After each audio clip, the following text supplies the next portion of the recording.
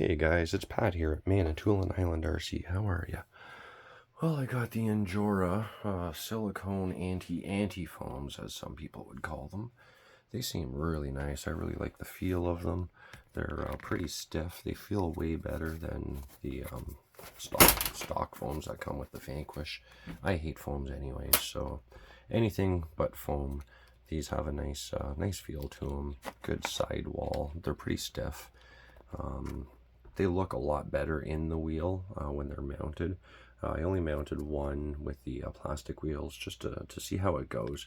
I do plan to mount them on these Vanquish Injora wheels, but for now I just wanted to test it out and see if they actually even fit the WildPeak Falcon WildPeaks, whatever they are. The stock foams are really flat. They don't look right. They're flat on the top, flat on the sides. So yeah, these have a lot more sidewall integrity. Have a feeling they're going to side heel much better. And the blue ones are rated for 4 kilograms. They make a red one rated for 8 kilograms, but yeah, that's just overkill. Anybody with 8 kilogram 10 scale rig is just asking for it.